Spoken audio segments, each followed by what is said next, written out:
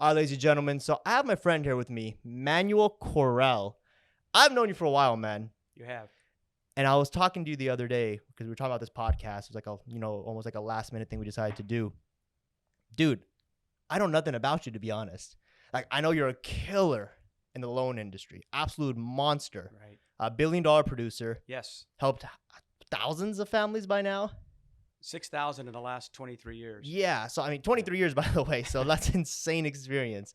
But like, man, I was telling you, I know nothing about you personally. Like, I asked you, I was like, heck, do you even have a wife? Do you have kids? Like, what's going on, man? So I thought, let's introduce the world to you, you Sure. know? Not just the loan officer you. Like, we all know you're a killer in the loan industry, as I was mentioning, but more on the personal side. So tell me about it, man. Like, so do you have a family? Like, walk me through it, brother. Absolutely, man. Cool. Well, let's start from the beginning. Yeah. I like to tell this story. It's how I met my wife. Oh, cool. Okay. Yeah. So it was 1995, July of 1995. And at the time, I really had gone through a 4-year period without really even dating anyone. You know, I was just really trying to recover from a really rough time financially. If I'm being transparent, at that time I was really struggling. I was actually living off the side of a garage. I was just Wow. getting my life back together. I lost my business, lost my wife because I was married previously in the 1980s, and was really just really trying to find who I was as a person at that time. Mm-hmm. And I remember all the ladies that I worked with in the office said, "Man, you need to go out and find somebody to date." You Yeah. know, and I wasn't in that part of my life where, I was out dating. I was just really trying to find out who I still was. You know, and it's really, when I look back at it, it was actually really 4 of the best years of my life because, I started going to church. I started going to Bible studies. I started hanging around really good people and really just changed the dynamics of my life, Yeah.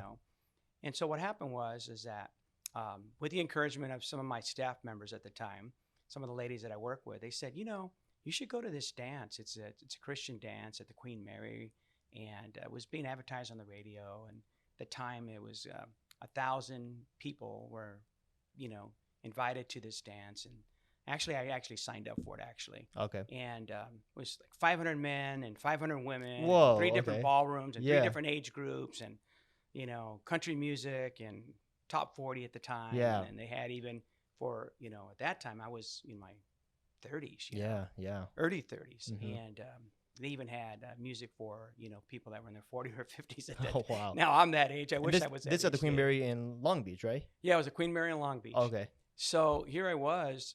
Here's the story. I actually drove up, Mm-hmm. and at the time I wasn't really a rock star loan officer. I was just struggling Yeah. to be a loan originator at that time, and I was just like your average loan officer, just trying to do a few deals a month to keep my head above water and trying to build my life, trying to rebuild my finances. Mm-hmm. So I remember I was in the parking lot. Okay, now you got to remember my background. Yeah. When I was a young guy like you, I was going out to nightclubs and, I had nice clothes. I was very successful. Mm-hmm. And here I am pulling up to this dance. I think I had a pair of slacks that fit and one shirt. I pressed them. I tried to look as good as I possibly could. I drove 51 miles to the Queen Mary. I remember I measured it that day. It was a long drive. And, I was living up in Covina Hills at the time, San Dimas, actually. Mm-hmm. And like I said, I was living off of the side of a garage, and I think my rent was $400 a month. And I didn't have a lot of confidence. Yeah. So I went to this dance. I sat in the parking lot. I went in, and everybody else was in suits and tuxedos. And here I was, man, with a pair of slacks and a shirt. I mean, I looked nice and clean, but I didn't look as good as those guys. Mm-hmm. Okay. And the women were dressed up. And so I left. Whoa. I walked back out to my car. And the car I was driving, I bought off my sister for $500. It was a 1984 Fata Blue Honda at the time, because that's all I could afford. And I went back in there, turned the music on, and I debated whether I should leave or not. Wow. And I actually felt like I heard this little voice in my head to say, you need to go back in there. Your future wife may be in there. And so I did. I walked back in there, even though I really felt out of place, to be honest with you. And that night I met my wife. Wow. Yeah, I did. You were so close from walking away. I almost drove away. I was so close. Most people don't know that story, but Yeah. that's a true story. And we started dating a few months later, and a couple of years later, we were married. Yeah. Wow. So we have 3 kids. My wife had 2 from previous marriage, Mm-hmm. and I basically raised our boys. I mean, Mm-hmm. I'm the only dad they really Yeah, know. of course. Yeah. They were 8 and 9 years old at the time. So And walk me through it. You got 3 kids, 2 yes. boys, 1 girl. Yeah, daughters from obviously my wife and I when we got married in 1997. My daughter was born 2 years later in 1999, so she's a junior. She's going to be a senior. Excuse me, at Oh, Cal wow. Baptist. She's studying to be a English major. Okay. Yeah, so she's doing great. She's got straight A students. So Yeah. she didn't get that from me. I'm sure she got that from her mother. something from you, man. But Maybe the work ethic. She or, did. She yeah. actually got the work ethic from me because Yeah. she's really worked hard to get those grades. Mm-hmm. Really has to really work hard. When she was in high school, she would fall asleep with a book, in her bed, just studying all night. It was just amazing where she got her work ethic. I mean, I hope she got that part from me. Hopefully, right? Yeah, exactly. The smart she got from her mother. Definitely. That's for wow. sure. Wow. And then how about the 2 boys? Well, they're grown men now. I mean, they're 33 years of age and 32. My son, Adam, he's the oldest. He's a physician's assistant. Okay. Wow. And Zachary just got accepted to Cal Poly. He's going to enter Cal Poly actually as a senior, and he's going to be a geologist. He loves the outdoors. He loves studying that stuff, and he's going to be really great at that. Yeah, I think we talked about it a little bit yesterday. You said physician's assistant, so he was on the front line during this whole coronavirus pandemic. Oh yeah, yeah. I mean, we haven't really had a chance to see him, only maybe once in the last 3 months now. Wow, he was required to like quarantine or stay away or just to be safe? Yeah, not quarantined so much, but I mean, they don't have the luxury of being quarantined. Yeah, right. Sorry. Right, Yeah, unless they actually have tested positive themselves. Correct. If you're a nurse or anybody that is a physician, a PA, physician's assistant, medical assistants, you're all being exposed. Yeah. So yeah, I mean, by the grace of God, I mean, so far everything's been great. So yeah. How about grandkids? We have 1. Okay, that's through which boy? Through Zachary. Okay. My son who's going to Cal Poly. So her name's Olivia, and she's 13 months old. She's a character, man. Yeah. She's walking. She knows when she comes to our house, she's got her own set of toys already. Yeah. I feel like, it's going back down memory lane when I used to walk to the door and there was toys all over the place when my kids were little. Yeah. Yeah. So when she comes over, it's a disaster. but my wife cleans it up. But my wife is so happy. I mean, she's got her own little toys and she plays, and she's getting to learn who we are. So I think you were telling me yesterday that she hasn't quite warmed up to you just No, yet. not yet. I'm always working, for the most part. Yeah. But she comes over on Sundays. And okay. Yeah, I bought her 2 books the other day that wow. It's got little fairy tale songs in there, like Twinkle Twinkle Little Star, yeah. Mary Had a Lamb. Maybe that'll jog the trying memory. To warm her up. Just buy through gifts. I'm trying to bribe her right now.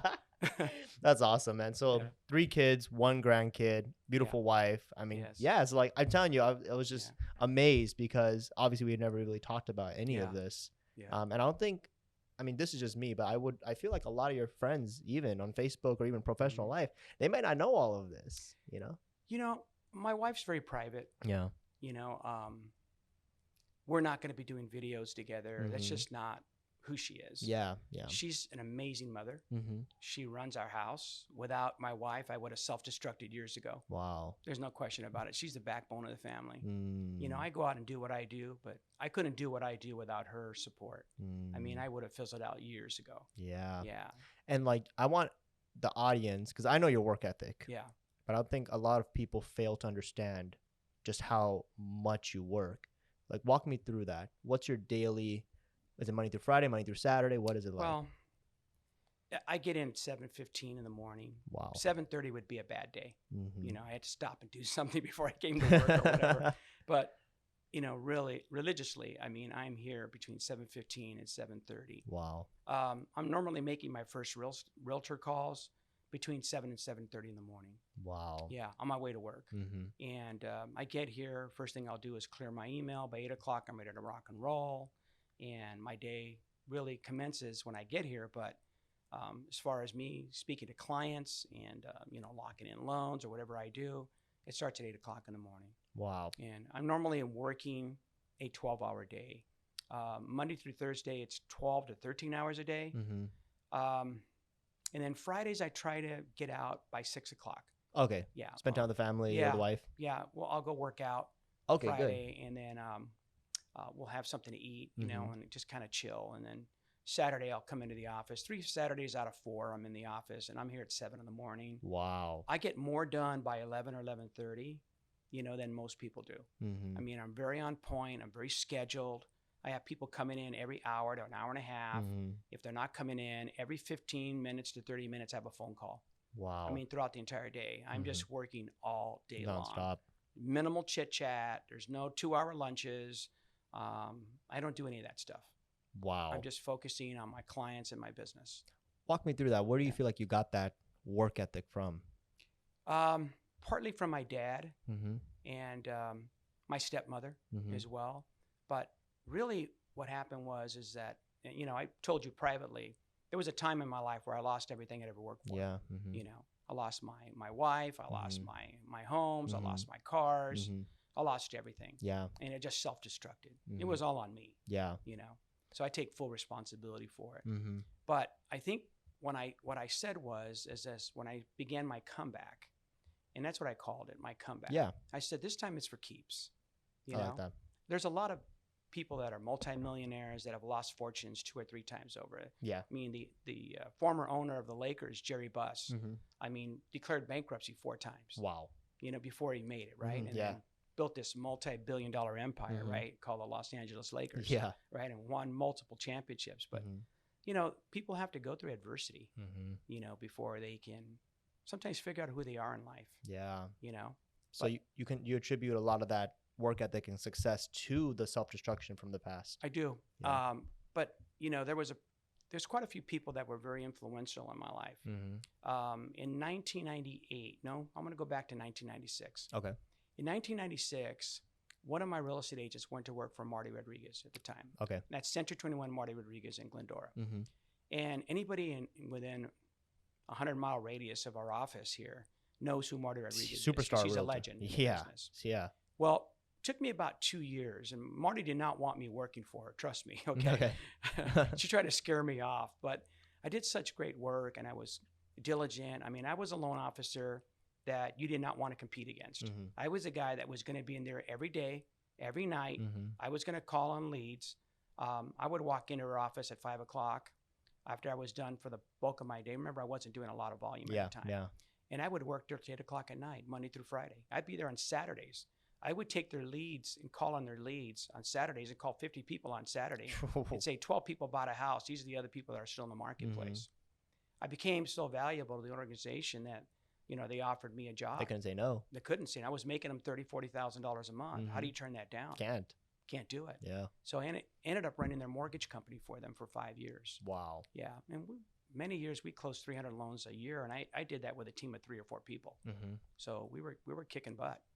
So you feel that having the influence from Marty Rodriguez also helped you sort of conjure up this ethic? Absolutely. She taught me how to play the game at a very high level. You know, I always jokingly, I say she taught me how to walk on eggshells. Yeah. But really what she was very demanding. Okay. Of excellence. Yeah. And she wouldn't tolerate mediocrity. Mm. One thing she repeatedly used to tell me is, make my people better. Wow. You know, every day, make my people better. Make my people better. Mm-hmm. That was her mantra. And she made me better. Wow. Because she wouldn't tolerate anything less. Mm-hmm. And a good friend of mine once said to me, if you can work for her, Marty Rodriguez, for 5 years, you can work with anybody in the country. I mean, yeah, the presence she has in the industry. I mean, yeah, she's top echelon, #1 in Century 21. So for many years. Yeah. So just being, I guess, around that environment is going to cultivate, you know, work ethic, excellence on your end. Right. Do you feel like a lot of that now is being passed on to your team and your colleagues around you? I sure hope so. Mm-hmm. You know, when I was a struggling loan officer, I would have done things differently. Yeah. You know what I would have done? I would have went to work for one of the top loan officers. I would have learned everything I possibly could from that person. Like a mentor. For 2 or 3 years. Yeah. Absolutely. Yeah. You know, and I think I could have got there even sooner. You know, I kid you not, I Yeah. went on a podcast with our friend Ricardo Yes. about 2-3 weeks ago, and we talked about something similar. Yeah. And it's like we just can't figure out. We can, sorry, but we couldn't figure out at that moment, why do people feel like they need to do it on their own? You know, so many loan officers, you probably even know, younger ones even, Right. come up in the industry and they just refuse to be, taught from someone who's has the experience. Someone like you, Right. again, $1 billion producer, like you've been in this industry 20 something, 23 years, you said? No, I've been in the industry 35 years. 35 years, yeah. It's like, why Right. wouldn't you want to learn from them, right? Right. And so I think they go off on their own. Maybe they see like a shining nugget and they run with it. Right. And then it takes them 10 years to learn what they could have learned maybe with you or someone else in 1 or 2 years. Well, here's what I learned working for Marty Rodriguez. Okay.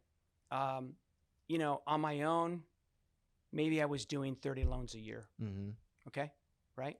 I was making decent money back then. Yeah. But not at the level, that you grow at when you do 300 loans a year. Not even close. Okay. Yeah, that's 10x. It might take a loan officer 10 years.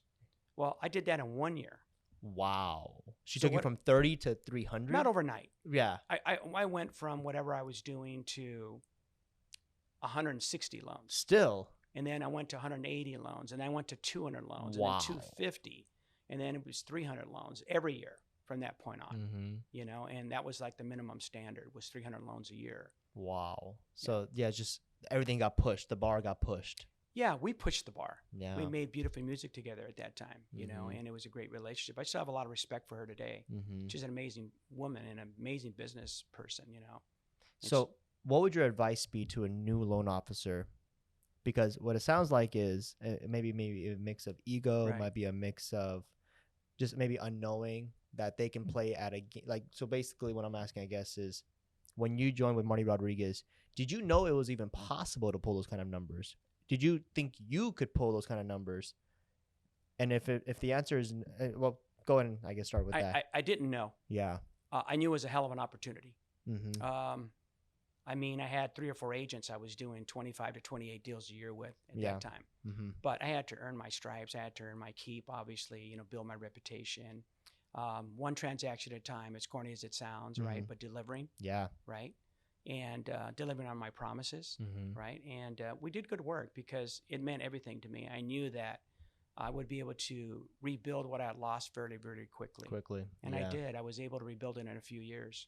So what would your advice be to a new loan officer then, based on your experiences? That's easy.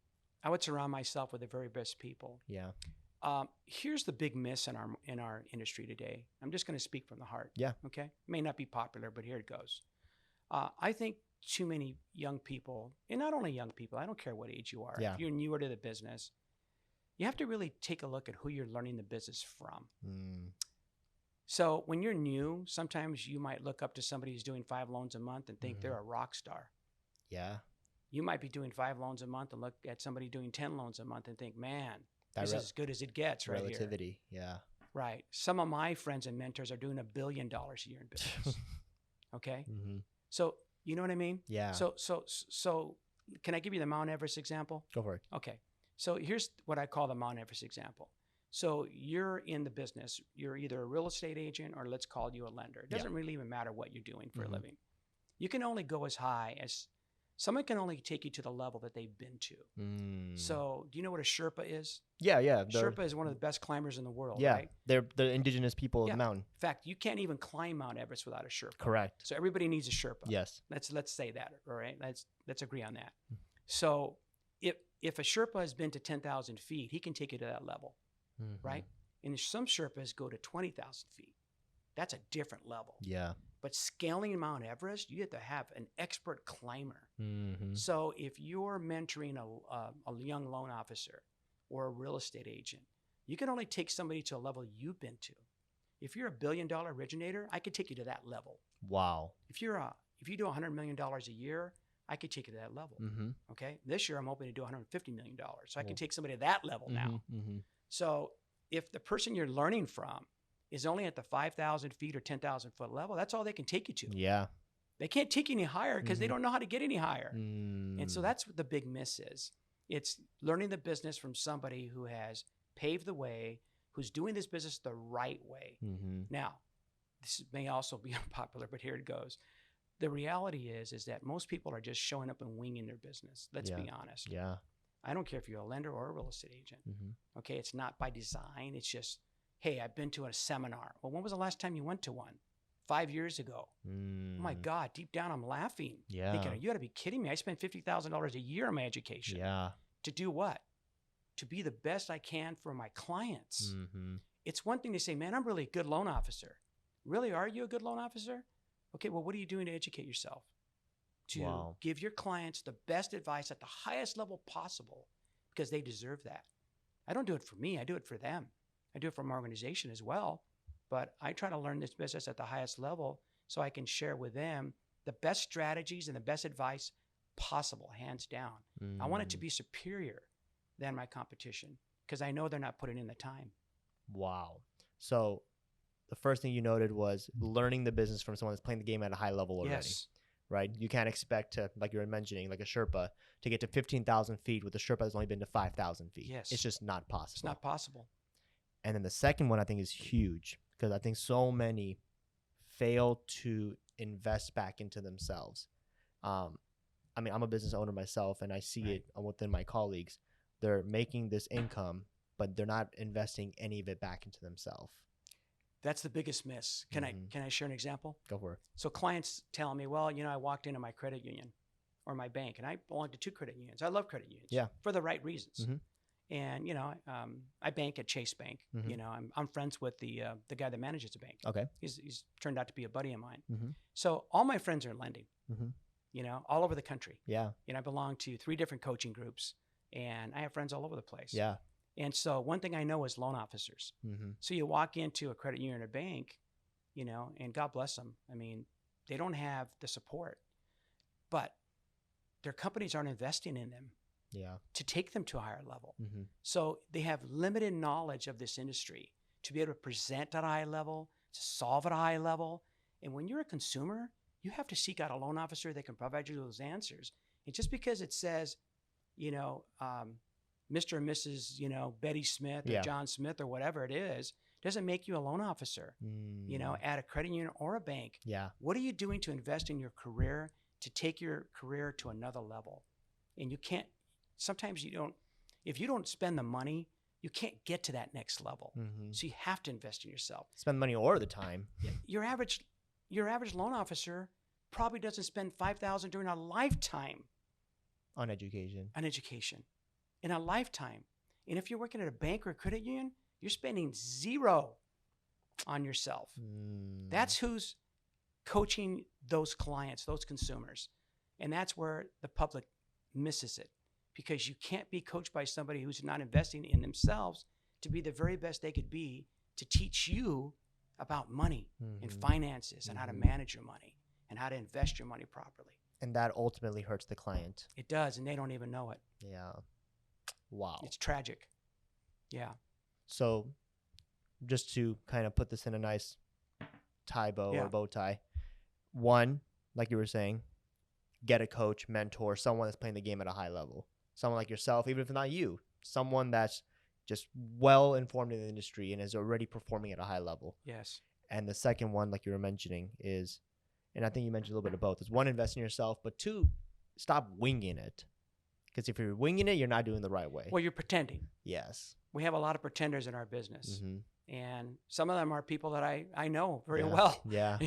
And I tell them all the time, stop pretending. Well, the good news is the second one especially is such an easy thing to fix, right? Both of the things that you were mentioning, these aren't permanent, disabilities, right? These are things you can invest, you can change even today, right? Right. Get yourself the knowledge today. Start investing into seminars you were mentioning, or workshops or classes, or even a phone call with a mentor, just to get yourself educated and restructure your business. Yeah. Because in the end, you're not doing this for yourself, like you were mentioning. You're doing it for the client. Well, you're doing it to help families. Yeah. Everything we do is to help our families, right?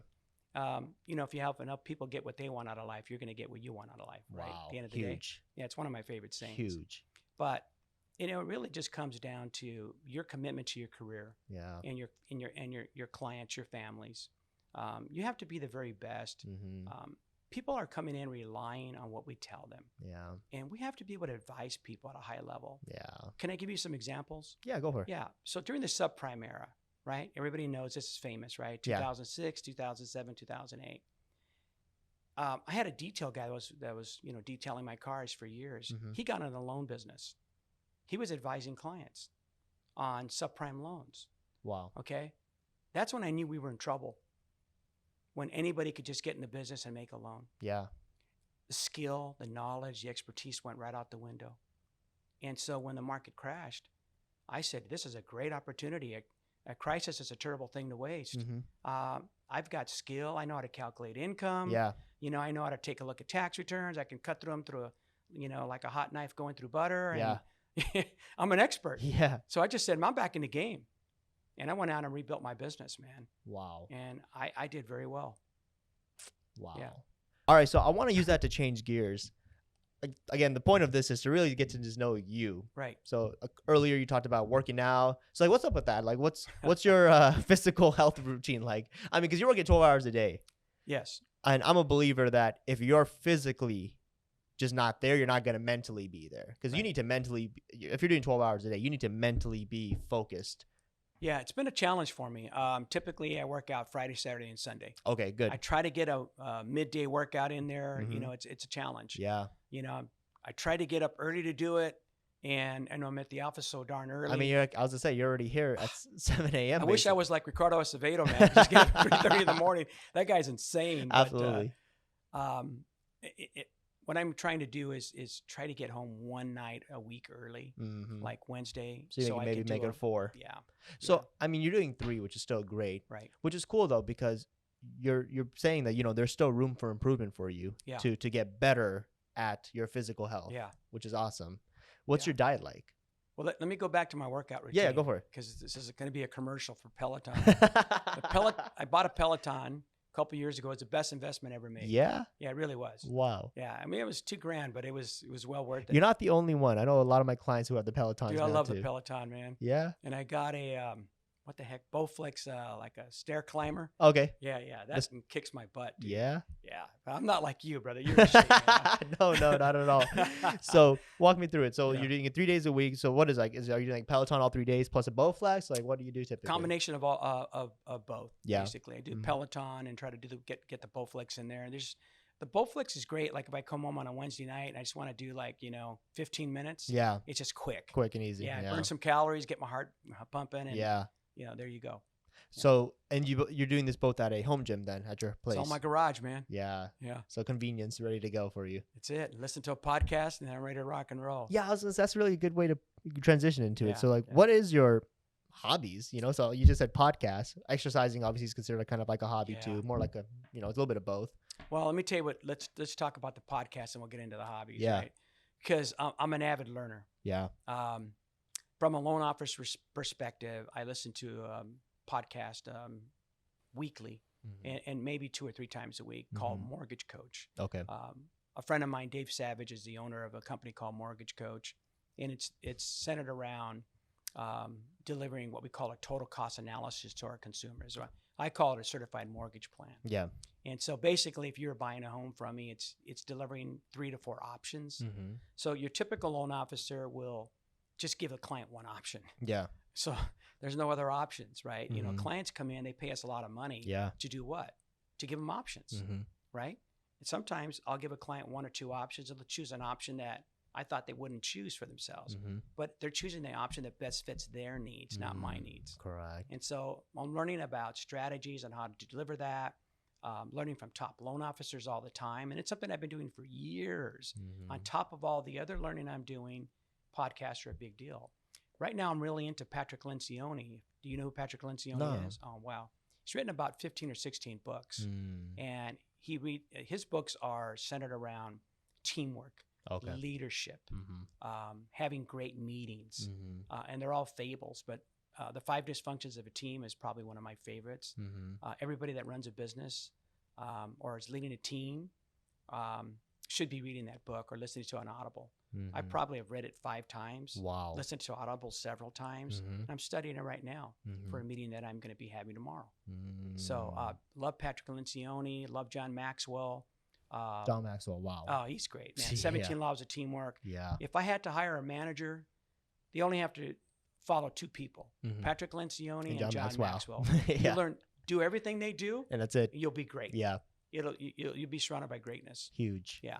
Absolutely. But as far as hobbies, Mm-hmm. you'll probably be surprised. I love barbecuing. Okay, that's I'm awesome. good at barbecuing. Yeah. Man, I'll tell you right now. I'm not a pretender. A mean steak, huh? Well, that's easy. Yeah. Oh, I could do ribs, chicken, man. Oh, I got man. a smoker. I love barbecuing. Yeah. And we love camping. In fact, I'm going camping on Thursday. Okay. I'm going to take a 1 week camping trip with my wife. No Oh, kids, wow. just me and my wife. That's gonna be nice. It was our best vacation last year. Yeah. Yeah, we had a great time. And you were in charge of barbecuing. Yes, We'll go I'm cooking. in charge of barbecue. Yeah. That's Yeah. right. I mean, but when I go with my wife, she likes to go out to dinner. oh yeah. We'll eat a little bit at the campsite, but yeah, we like to get out and take That's some walks to super some awesome. restaurants. and Yeah. stuff like Yeah. that. It was just. So where do you guys typically go camping?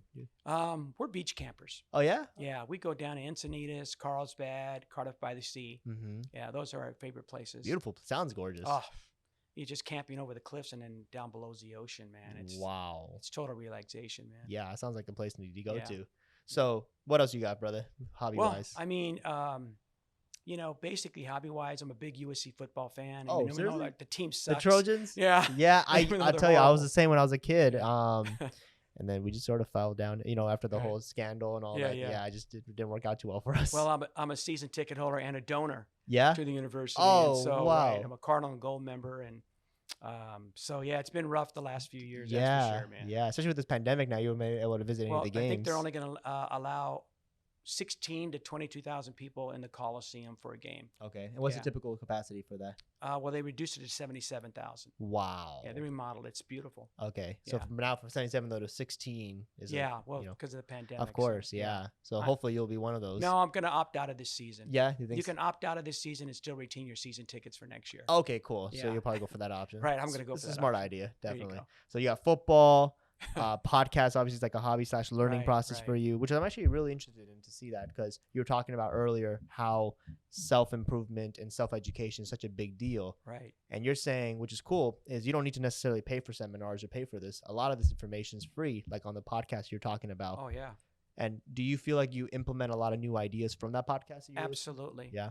Absolutely. In my business, absolutely. I'm learning every day. I'm a Mhm. lifetime learner. Mm-hmm. It doesn't matter what age you are. You can keep learning, Yeah. and you should be. That's such a big deal because I think so many, especially if they're too young or too old, maybe in Right. the middle of the spectrum, doesn't matter, right? Because people come in all colors and shades. Yeah. They feel like, oh, you know what, I'm young enough, I don't need to learn yet, or vice versa. Oh, I'm too old to learn this now.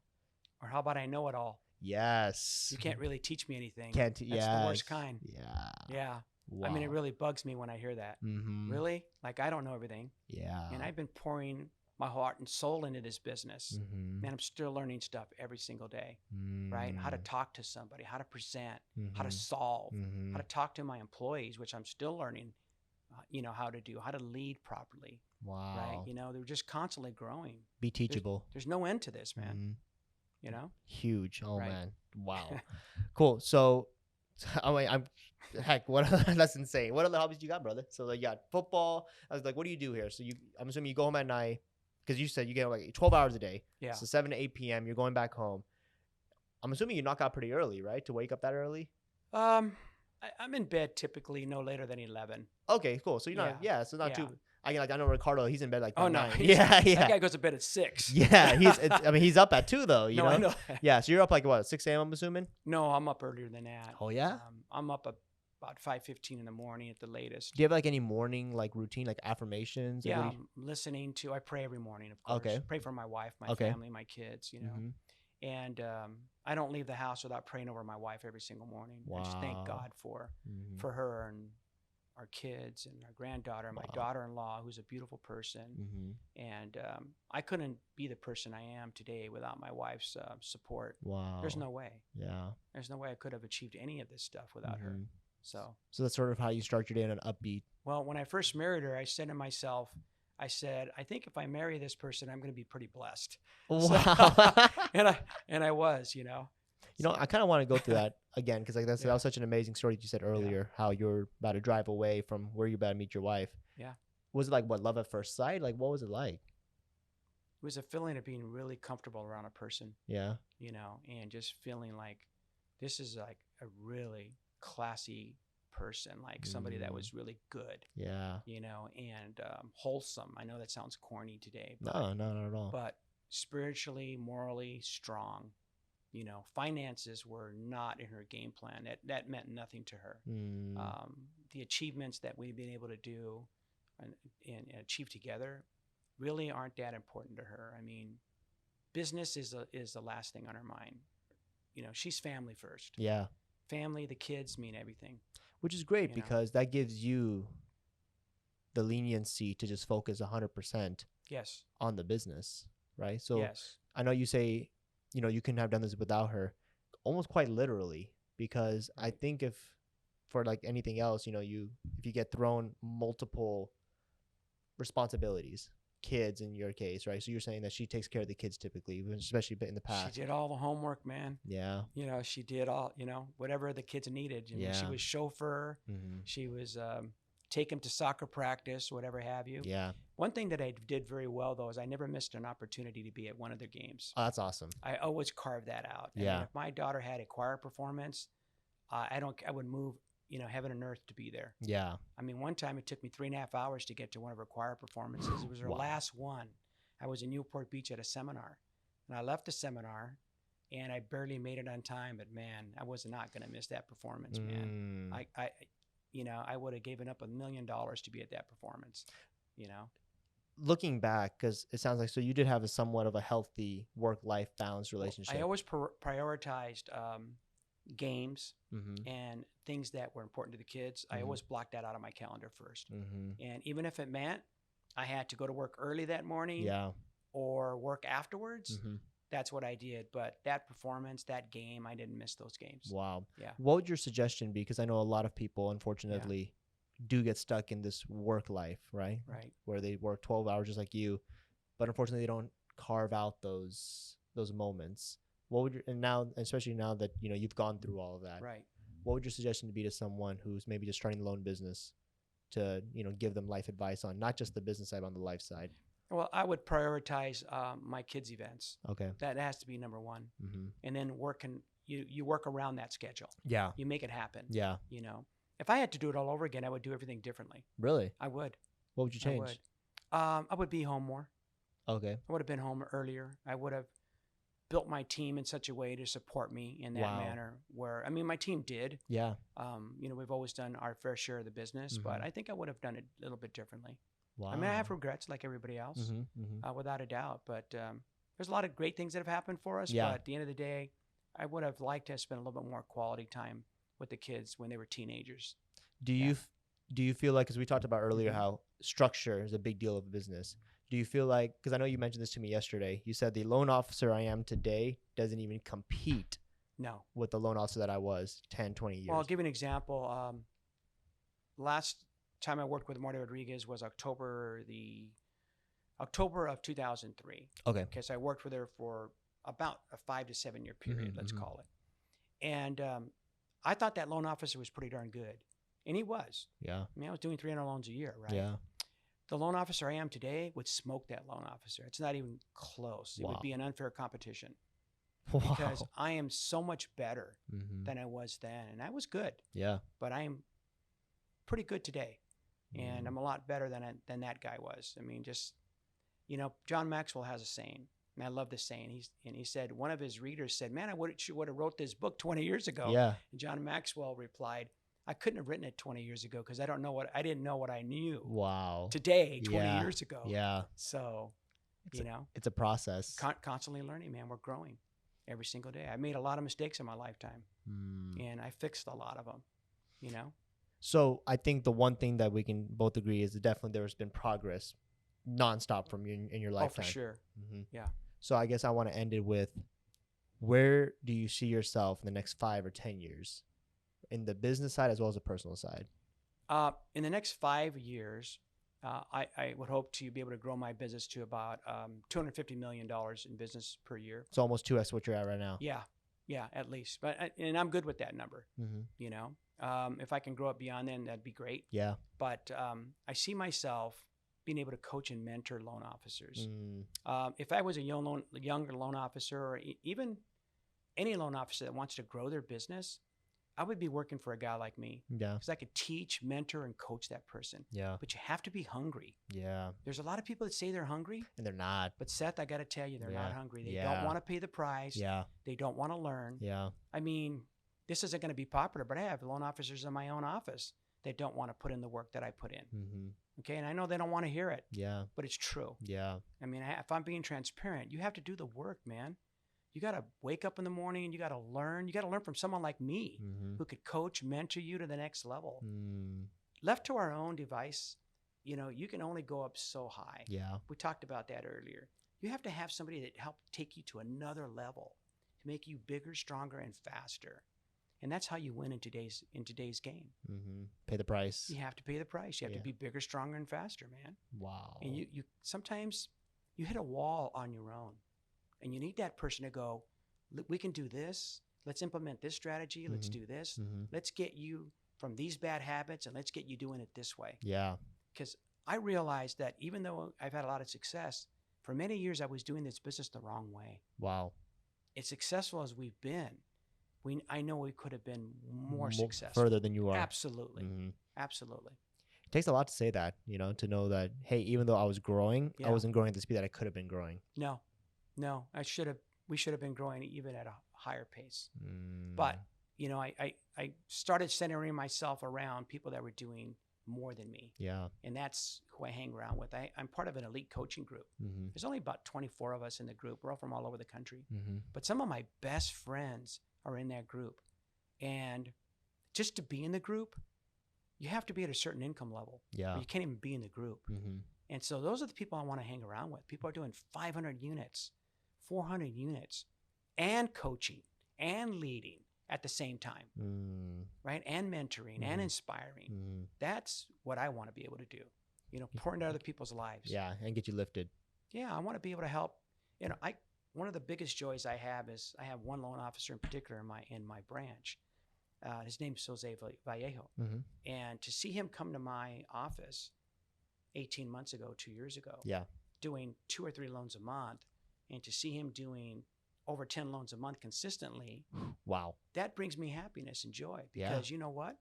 We joke about it, but he perhaps may have stayed in that zone, 2 or 3 loans a month, and that's just mediocrity. Mm-hmm. Who wants to be mediocre? Nobody. I'm playing to win. Mm-hmm. Okay. Every day counts for me, and I don't want to be mediocre. I made a decision in 1997. I don't want to be mediocre. Mm-hmm. I want to play the game at a high level, and I want to win at a high level. I don't want to win ugly. I want to win with style. I like right? that. In order to win with style, you got to be really good, man. Yeah. Yeah. You got to put the time in. Wow. Yeah. So that's on the business side. How about on the personal side? Where do you see yourself? I see myself growing as a father and as a Yeah. husband. Mm-hmm. And my wife holds me to high standards. She's your Oh, yeah. rock. Yeah. Oh, I've come home many a days where she said, "Hey, take a deep breath. You're not at work. Calm down and just chill out, man. Yeah. You're at home." Yeah. And so I've had to learn the hard way that, when I'm home, I'm home. Yeah. And you have to disconnect. Mm. And it's hard because, as you know, a lot of our friends are real estate agents and they're demanding. Yeah. And you're, especially because you're passionate about the business too. Yeah. And clients are demanding. Yeah. And when a realtor's writing an offer, they don't care what time of the night it is. Mm-hmm. They need to get a hold of somebody. Of course. My phone was ringing at 8:30 last night. Yeah. Yeah. Text messages or whatever have you, right? Mm-hmm. But you have to have boundaries. My Mhm. wife has taught me that. There has to be some boundaries in your life. Mm-hmm. Can you imagine? I mean, we talked about our friend Ricardo Acevedo. Well, Ricardo probably would admit to you he didn't have a lot of boundaries. Mm-hmm. He's had to set those boundaries. Yeah. And if he was being, and we've joked about it, but if he was being transparent with you, I'm sure Sandra has a lot to do with those boundaries. I'm sure. Yeah. Yeah. Because being married, I understand that. Of course. My wife has had to set boundaries for me, like enough's enough, and Mm-hmm. you need to be able to shut it down. Mm-hmm. And that's something that I've had to learn. Yeah, especially I think as just driven human beings, Right. right? We get so focused and Right. because we want it. We Yeah. want it so bad. But at the same time, we need to understand that we have responsibilities to our significant others Right. and quality time and kids and so forth. So, Well, I'll share this with you. When I was working with Marty Rodriguez, she had a sign in her office that said 87% of a man's success is determined by the woman he marries. Wow. And I've always believed that. Yeah. In marrying my Wow. wife, you know, I definitely believe That's when you that. saw it. Yeah. Yeah, because without her, I would have self-destructed. Wow. Oh, yeah. That Sure. is I would awesome. have lost everything again all over again. Cool. I like that, man. Yeah. And then of course, hopefully your granddaughter warms up to you by then. I hope so, man. It's killing me, man. I held her the other day for a few minutes and started crying, man. Oh, So, yeah, so I'm working on it. Man. Yeah. Yeah. In 5 years, I'm sure there'll be enough bribes for you to, Oh, you yeah. know, to lower. Oh, yeah, yeah. Okay. I intend to do that. Super cool, man. Yeah. Well, hey, I think that'd be a great way to end our first podcast here. Lots of information. So if Yeah. you guys have any questions for Manny, heck, maybe about his granddaughter or anything, I'm sure you guys can message him. Anything you want to leave the audience with? No, man, I enjoyed the time together. I learned a lot from you, and I appreciate you. And it's been a pleasure to watch your success. Appreciate it, man. Quite frankly, man. Thanks. You're amazing, man, Appreciate it, by brother. the way. And I love doing business with you, and Thanks, you've been a man. blessing in my business, man. Cool. Appreciate it, brother. Yeah. Cool. We'll end it there, you guys. I appreciate you guys tuning in, and till next time.